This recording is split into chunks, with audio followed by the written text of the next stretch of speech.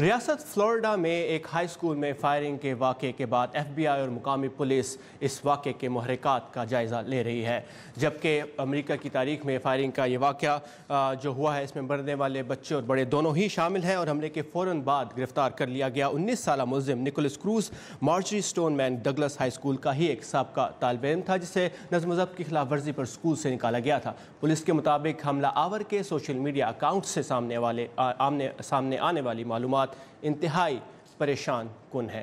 Police کے مطابق امریکی تاریخ کی بدترین اس ماس شوٹنگ میں اس حملے میں AR-15 سٹائل کی رائفل استعمال کی گئی ہے، جو اس سے پہلے بھی کئی ماس شوٹنگز میں استعمال ہو چکی ہے۔ آتشی اسلحے سے ہونے والے تشدد کے اعداد و شمار اکٹھے کرنے والی NGO گن وائلنس آرکائیو کے مطابق گزشتہ سال امریکہ بھر میں فائرنگ کے واقعات میں 15,500 ہلاکتیں ہوئیں، جن میں ماس شوٹنگ کے 346 واقعات ہوئے، جبکہ کل کی اس فائرنگ میں اب تک یہ اسکول میں کیمپس پر فائرنگ کا 18واں واقعہ ہے۔ اس سنگین مسئلے کے محرکات کے بارے میں دیکھتے ہیں یہ رپورٹ۔ سب سے پہلے تو یہ سمجھنا ضروری ہے کہ امریکی قوانین اسلحہ خریدنے اور رکھنے کی اجازت دیتے ہیں۔ جرائم پیشہ افراد اور ذہنی مریضوں کے علاوہ ہر شہری کو اسلحہ خریدنے کا حق حاصل ہے۔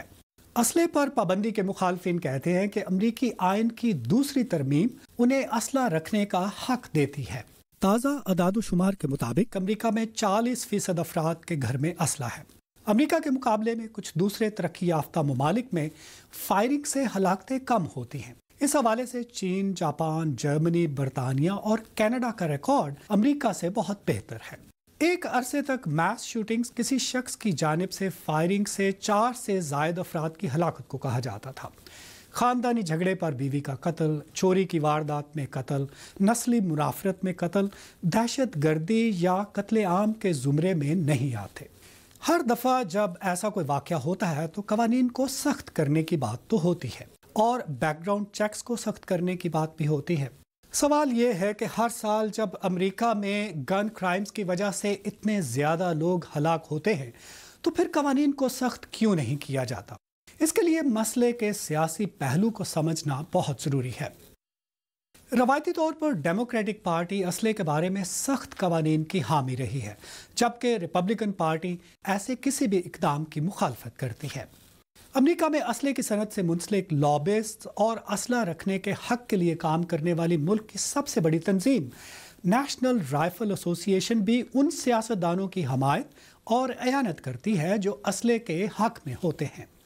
اس سارے معاملے میں ایک اور مسئلہ دہشت گردی پر بحث کا ہے۔ عام طور پر امریکہ میں دہشت گرد اسے کہا جاتا ہے جو کسی نظریاتی سوچ کو دوسرے پر مسلط کرنے یا سیاسی مقصد کے حصول کے لیے تشدد کی راہ اپنائے۔